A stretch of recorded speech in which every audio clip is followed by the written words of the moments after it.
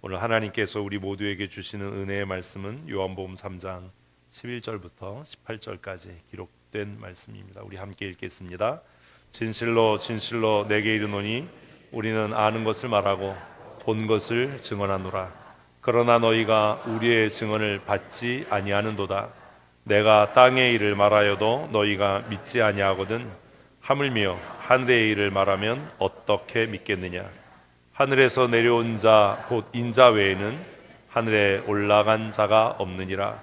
모세가 광야에서 뱀을 든 것 같이 인자도 들려야 하리니 이는 그를 믿는 자마다 영생을 얻게 하려 하심이라. 하나님이 세상을 이처럼 사랑하사 독생자를 주셨으니 이는 그를 믿는 자마다 멸망하지 않고 영생을 얻게 하려 하심이라. 하나님이 그 아들을 세상에 보내신 것은 심판을 하려 하심이 아니요 그로 말미암아 세상이 구원을 받게 하려 하심이라. 그를 믿는 자는 심판을 받지 아니하는 것이요 믿지 아니하는 자는 하나님의 독생자의 이름을 믿지 아니하므로 벌써 심판을 받은 것이니라. 아멘. 우리의 인생의 대부분은 선택의 결과입니다. 우리가 지금 이렇게 사는 것도 우리가 언젠가 그런 선택을 했기 때문입니다. 때로는 우리가 왜 이렇게 내 삶은 힘겹고 어려울까라고 탄식하지만 가만히 뒤돌아 생각해 보면 이렇게 된 그 결정적인 이유는 내가 어떤 한순간에 내 인생의 한순간에 그와 같은 선택을 했기 때문입니다. 여러분은 하루에 몇 번 정도의 선택을 하신다고 생각을 하시죠? 그냥 일반적인 통계 조사에 의하면 보편적으로 자질구레한 선택 빼고 무의식적으로 하는 선택 빼고 일반적으로 사람들이 하루에 선택을 얼마나 하느냐 150번 정도 한답니다. 150번. 크고 작은 선택을 하루에 몇 번을 한다고요? 150번. 이게 평균적인 거고요. 또 과도하게 이걸 이렇게 하시는 분들은 1000번 이상의 선택을 하루에 한다라고 이야기를 해요. 밑에 145번은 뭘까요? 이 150번의 선택 가운데 145번의 선택은 나중에 후회한다라는 거예요. 아, 내가 왜 그때 그런 선택을 했지?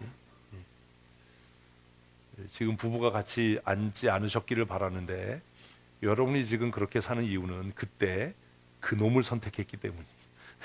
그래서 지금 그렇게 사시는 겁니다. 후회할 때가 많죠. 선택해놓고. 그래서 하루 평균적으로 150번의 크고 작은 선택을 우리는 매일 하면서 살고, 그리고 그 중에 145번의 후회를 한다. 이게 평균적인 통계입니다. 그러면 왜 우리는 선택하고 나서 후회할까요? 왜 그럴까요? 그 선택이 잘못됐기 때문이죠. 그 선택이 현명한 선택이 아니었기 때문입니다. 그 당시에는 그게 최선의 선택이라고 생각을 했고, 그리고 이것이 나에게 지금 이 상황에 이 순간에 가장 적합한 선택이라고 생각하고 선택을 했는데, 시간이 지나고 나니까 그 일의 결과가 드러나고 나니까 그 전후의 모든 문제가 밝혀지고 나니까 뭐가 남아요? 후회만 남는다는 거예요. 여러분은 선택할 때 어떤 기준으로 선택하십니까? 어떤 기준을 가지고 살아가십니까? 사람마다 무의식적으로 선택하지만 어떤 선택을 할 때 자신만의 선택의 기준이 있죠. 정당성이 있습니다. 내가 그렇게 선택하고 말하고 행동하는 당위성을 가지고 살아갑니다. 우리가 세상의 학문을 듣고 배우고 공부하는 이유, 많은 경험을 쌓는 이유도 사실 따지고 보면 뭘 위한 거예요? 후회하지 않는 선택을 하기 위함입니다. 실패하지 않는 선택을 하기 위함입니다. 상담을 하고 전문가들의 조언을 듣는 것도 우리의 인생의 중요한 결정과 선택을 할 때 뭐 하지 않으려고? 후회하지 않으려고, 실패하지 않으려고 조언을 듣기도 하고 상담을 하기도 하고 연구를 하기도 하고 또 배움을 멈추지 않는다는 거죠. 그러나 그 배움의 끝에도, 그 조언의 끝에도 결국 평균적으로 사람들은 150번의 선택 가운데 145번의 뭘 하더라? 후회를 하더라. 그때로 다시 돌아갈 수 있으면 내가 그런 선택을 하지 않을 텐데. 성공적인 인생을 뭐라고 생각하세요? 그렇다면 성공적인 인생은 이런 주제로 접근하면 후회하지 않는 선택을 하면서 살아가는 것 아니겠습니까? 여러분 잠깐 생각해 보세요. 여러분의 인생 중에 가장 탁월한 선택은 뭐였죠? 그런 거 말고 조그맣게 했던 거 말고 진짜 아주 그냥 조그맣게 했던 찬양처럼 나의 평생에 가장 잘한 일은 예수님을 뭐 이런 거 말고 응? 우리 중에 누구도 내가 그 남자를 만나서 결혼한 것이다 이렇게 얘기하는 사람은 지금 없었어요. 그죠? 여러분의 평생의 선택과 결정 중에 혹은 오늘 예배 전에 선택과 결정 중에 내가 참 잘했어 훌륭해 이렇게 생각되시는 선택이 있나요?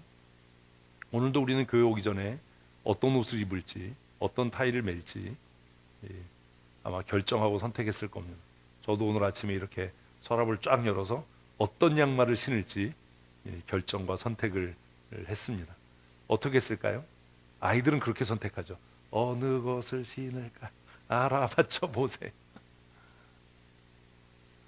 전문적인 지식, 내 경험, 배움, 조언 이런 것들을 통해서 선택을 하더라도 150번의 선택 중에 145번의 후회를 한다고 하는데 그러면 어떻게 후회 없는 인생을 살 것인가? 어떻게 좋은 선택을 할 것인가? 그 선택의 기준에 무엇이 자리 잡을 때 우리가 후회하지 않는 선택을 할 것인가? 눈치가 있는 분은 이미 아실 겁니다. 그게 뭐예요? 은혜입니다. 은혜. 그래서 오늘 말씀의 제목이 뭐예요? 은혜와 선택입니다. 후회하지 않는 선택, 후회하지 않는 인생을 살려면 많은 경험도 탁월한 지식도 분별력도 우리를 완벽한 인생을 살게 하는 데는 부족함이 있습니다. 세상에서 가장 지혜로웠다고 모든 사람이 평가하는 솔로몬도 그의 전도서를 보면 뭐라고 이야기하죠? 헛되고 헛되다. 지혜로워지려고 하는 게 무슨 유익이 있겠나? 훌륭한 왕이 아무리 제국을 강한 나라로 세웠다 하더라도 그 이후에 어떤 임금이 와서 이 나라를 망치게 할지 알 수 없는데 그 수고가 무엇이 유익하겠는가? 그 전도서를 읽으면 인생이 뭐지? 이런 고민을 하게 되잖아요.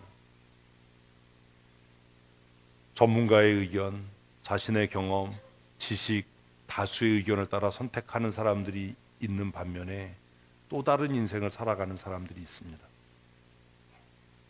어떤 사람들이요? 그 선택의 기초에 은혜가 자리 잡고 있는 사람들.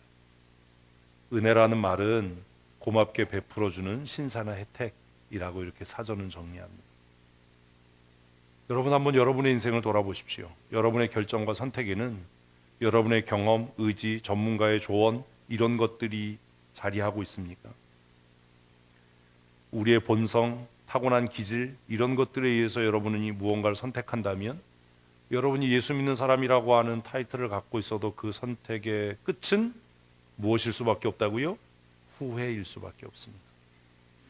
그러나 가진 것이 없고 배운 것이 없고 경험이 없다 하더라도 그가 인생을 살아가면서 중요한 혹은 사소한 결정과 선택의 순간에 그 선택의 기초와 근거가 무엇이라면 은혜라면 무슨 은혜요?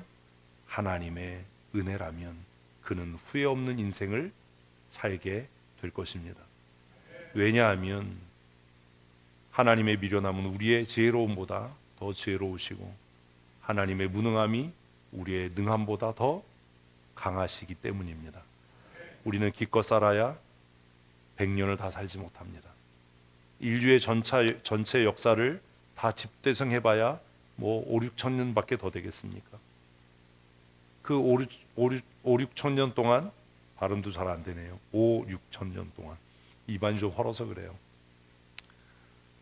경험했던 모든 지식을 우리가 다 배우고 익힌다 하더라도 영원 전부터 영원까지 계시는 하나님의 지혜를 어떻게 따라갈 수 있겠습니까?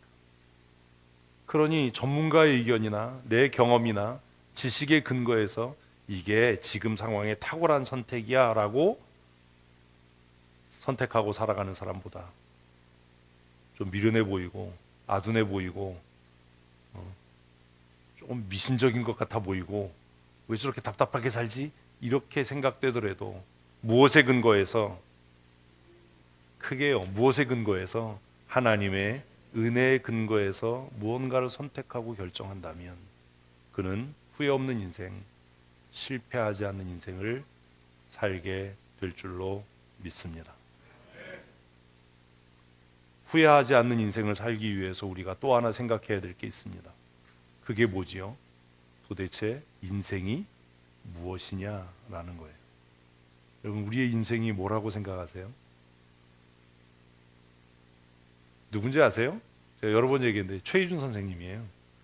유명한 대표곡이 뭐죠? 하숙생입니다. 하숙생. 하숙생 가사 아시나요?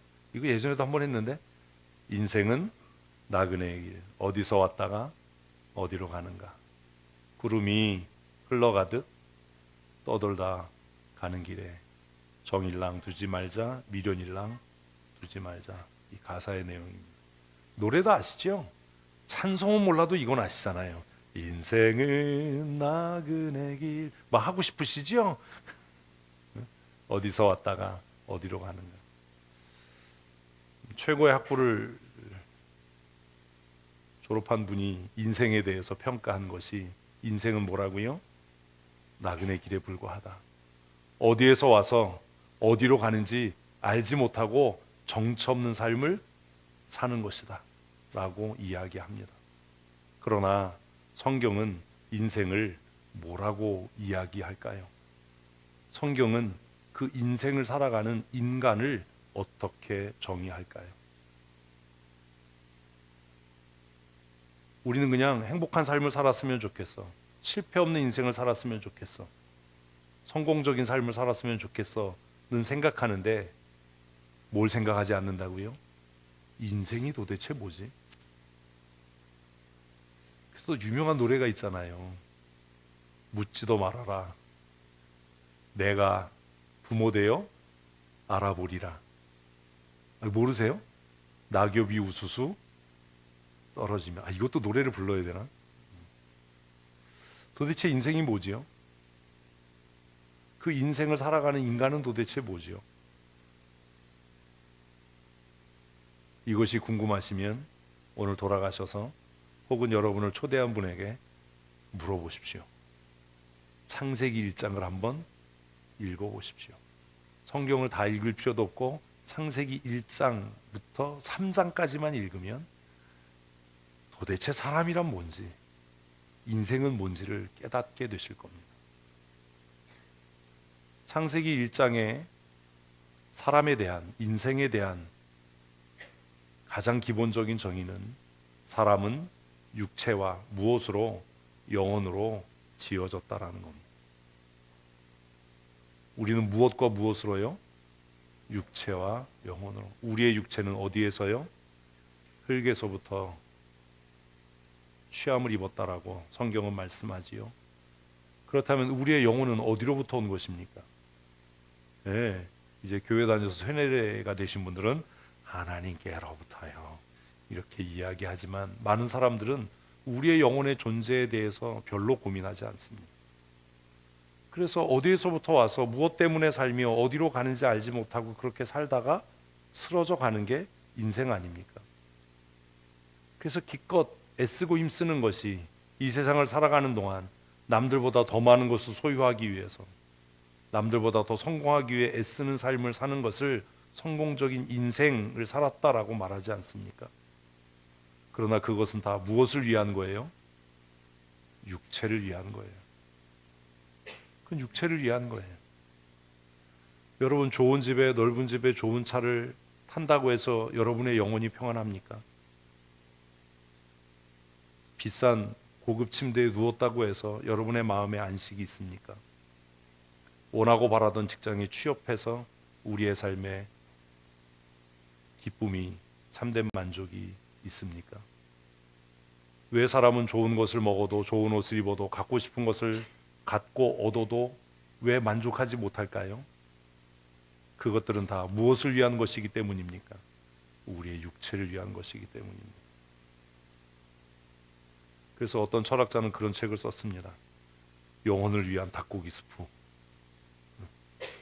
영혼을 위한 닭고기 스프. 그런 거죠. 너의 영혼을 돌보기 위해 얼마나 애쓰고 있냐, 뭐 이런 이야기 아니겠습니까? 사람이 육체와 영혼으로 이루어져 있다면 우리가 참된 만족과 기쁨을 누리기 위해서 무엇을 위해 사는 삶? 영혼의 만족을 위해 사는 삶을 살아야 하지 않겠습니까? 여러분은 영혼의 만족을 위해 어떤 선택을 하시면서 살고 있습니까? 그래서 오늘 본문에서 사도 요한은 우리에게 이렇게 이야기합니다. 내가 진실로 진실로 참되게 너희에게 말하는데 우리는 뭘? 아는 것을 말하고 본 것을 증언한다.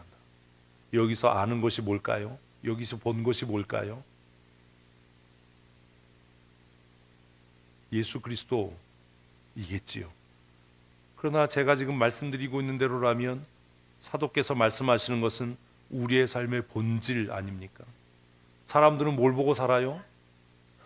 육체를 보고 삽니다. 껍데기 보고 삽니다. 그러나 인간 이정화라고 할 때 그것은 제 외모를 이야기하는 건가요? 아니지 않습니까? 눈에 보이지 않고 만져지지 않고 실존조차도 파악하기 어렵지만 나의 나됨은 육체만이 아니라 무엇이요? 세상 사람들이 이야기하는 영혼과 정신, 그것 아니겠습니까? 누구나 다 성공적인 인생을 살아가기를 원하지만 그들이 실패하는 이유는 자신들이 모르는 것을 위해 힘쓰고 있기 때문이라고 말씀하는 겁니다. 예수 믿는 우리는 그들이 알지 못하는 무엇을 위해서 아는 것을 말하고 아는 것을 위해서 살아가는 사람들이다라고 이 본문을 다시 이해할 수 있습니다. 그래서 사도는 그렇게 말합니다.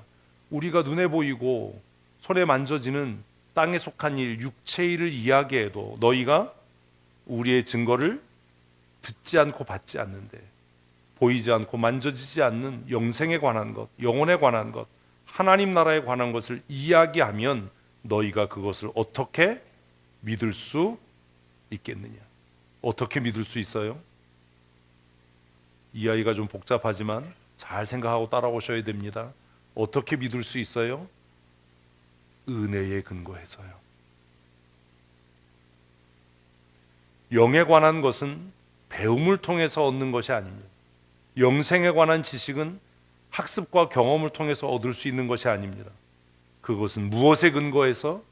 오직 은혜에 근거한 일입니다.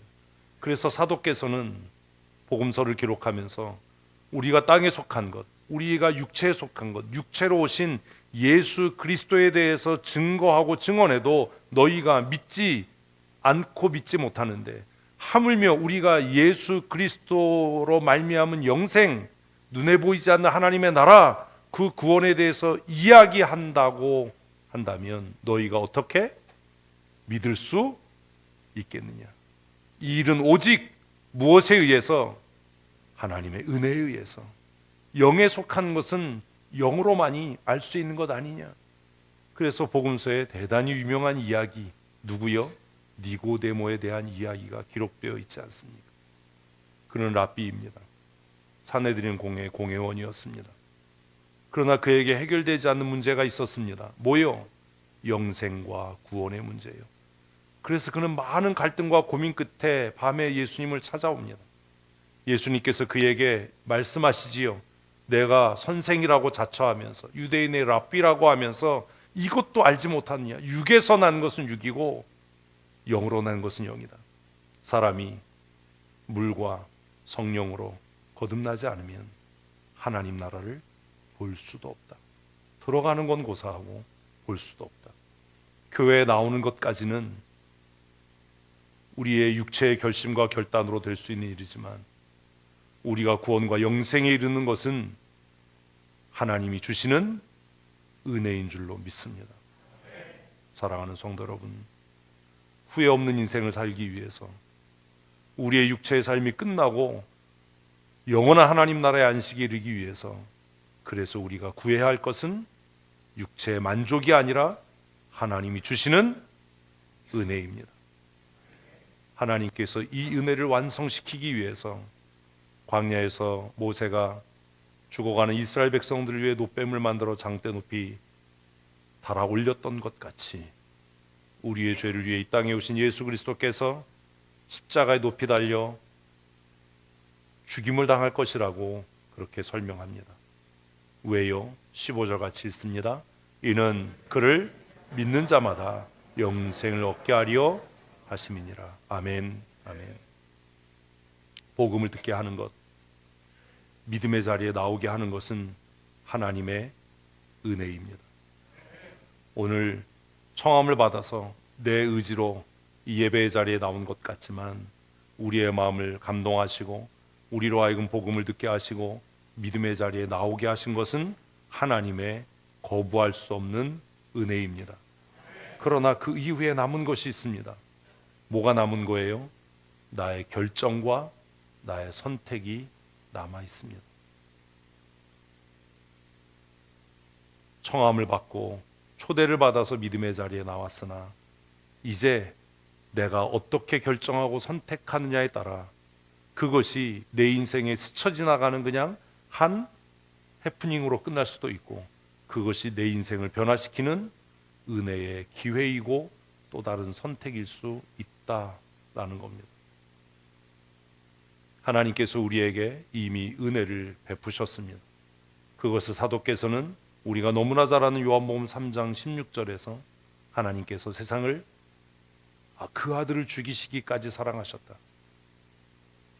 왜냐하면 그를 믿는 자마다, 헬라인이나 로마인이나 종이나 자유인이나 남자나 여자나 가진 자나 가지지 못한 자나 무관하게 그를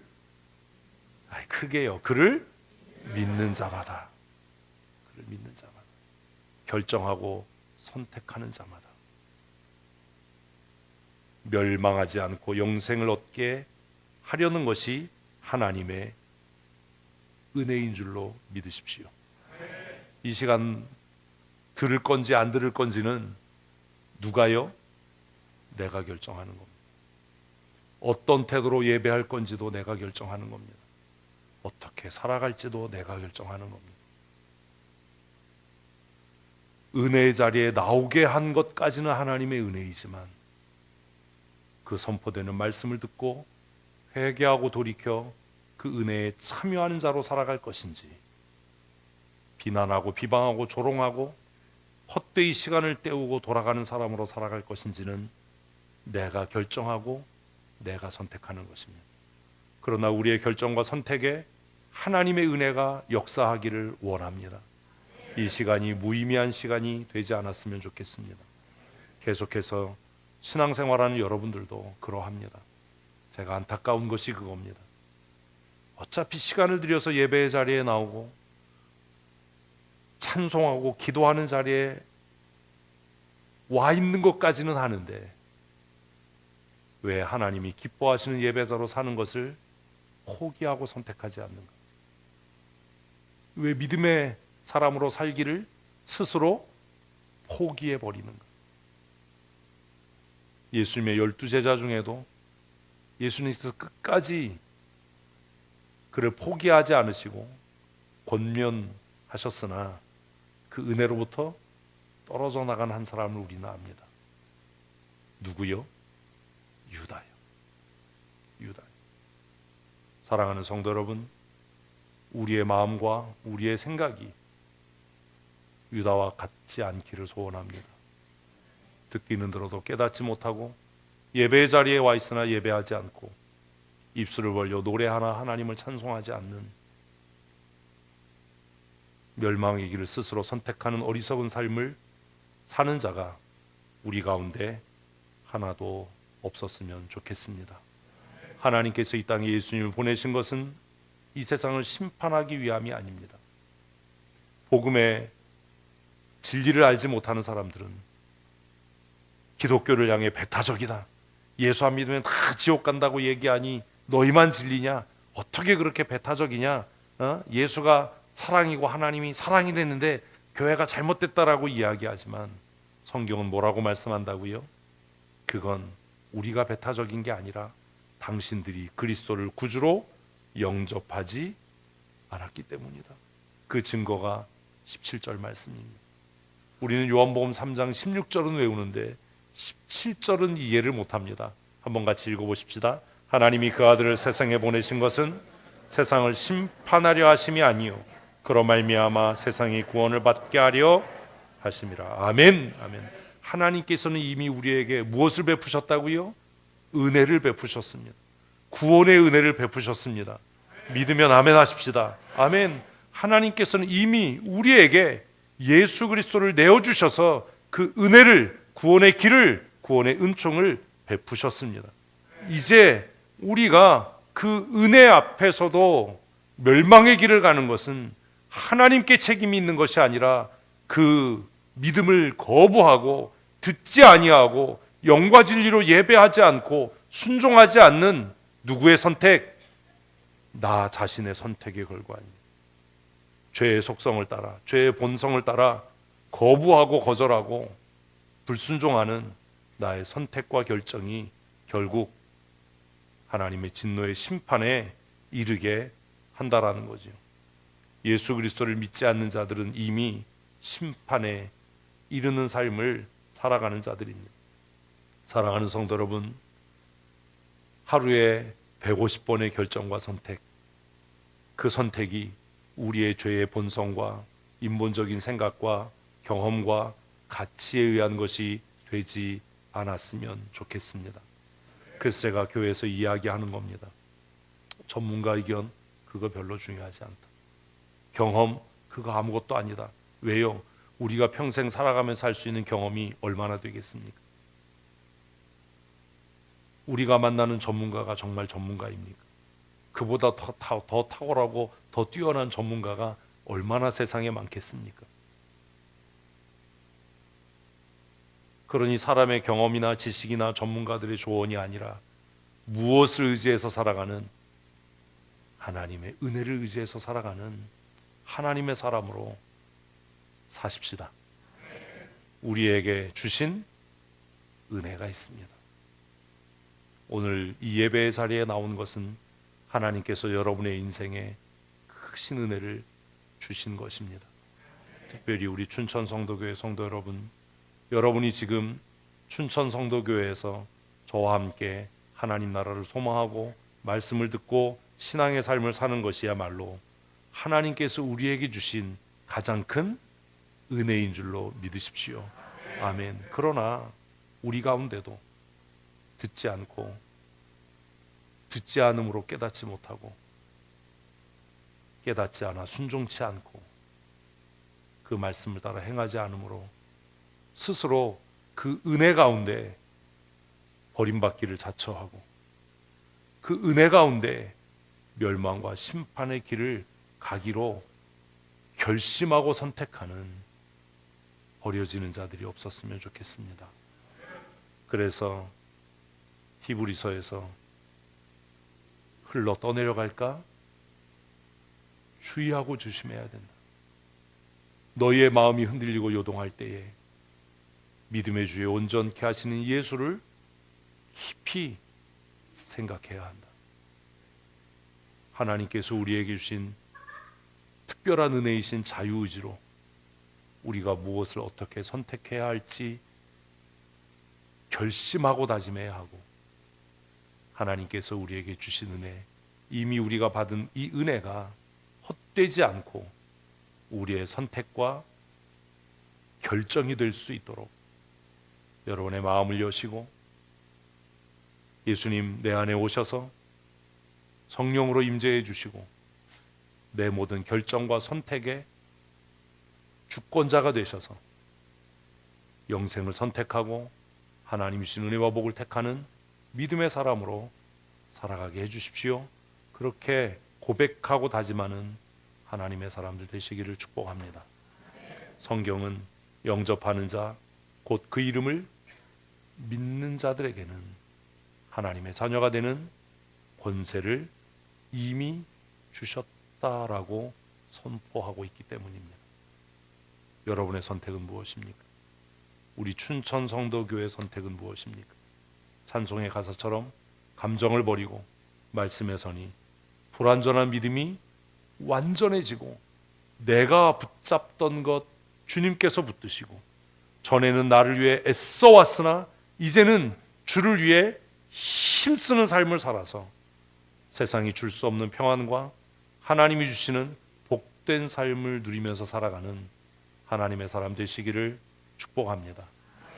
하나님이 주신 은혜가 은혜 되도록 우리의 마음에 굳게 결심하고 선택해서 이 땅을 살아가는 동안에도 탁월하고 뛰어나고 복된 삶을 살다가 우리 이 세상 떠날 때 영원한 하나님 나라의 안식에 이르는 믿음의 사람들 되시기를 주님의 이름으로 축복합니다. 우리에게 특별한 은혜 주심을 감사합니다. 예배의 자리에 나올 수 있는 은혜 주심을 감사하며 말씀 들을 수 있는 은혜 주심을 감사합니다.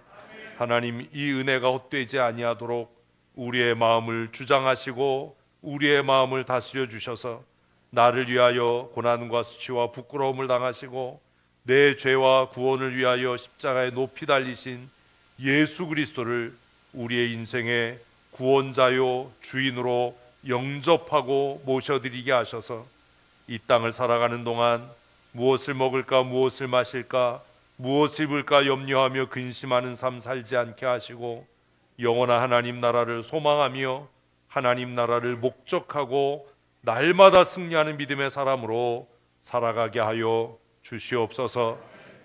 세상에 속한 것들로 인하여 우리의 기쁨과 자랑과 만족을 삼지 않게 하시고 영원한 하나님 나라를 소망하며 우리의 보화를 하나님 나라에 쌓아가는 거룩한 하나님의 사람으로 살아가게 하여 주시옵소서. 우리의 죄를 위하여 이 땅에 대속의 제물로 오셔서 우리가 당해야 할 질고를 친히 감당하시고 십자가에서 물과 피를 다 쏟아 우리의 죄를 사하시고 우리의 영원한 구원의 보증이 되시며 생명이 되신 우리 구주 예수 그리스도의 그 크시고 놀라우신 은혜와 우리가 아직 죄인 되었을 때에 우리를 사랑하시되 독생하신 아들 예수 그리스도를 우리를 위한 대속의 제물로 이 땅에 보내시고 우리가 당해야 될 수치와 멸시를 그에게 전가시키실 뿐만 아니라 물 한 방울 피 한 방울 남김없이 십자가에서 쏟게 하심으로 하나님 아버지께서 우리를 얼마나 어떻게 사랑하셨는지 그 사랑의 확증의 제물로 삼으신 우리 아버지 하나님의 크고 놀라우신 사랑하심과 지금도 우리 가운데 임재하셔서 교통하시며 충만케 하시고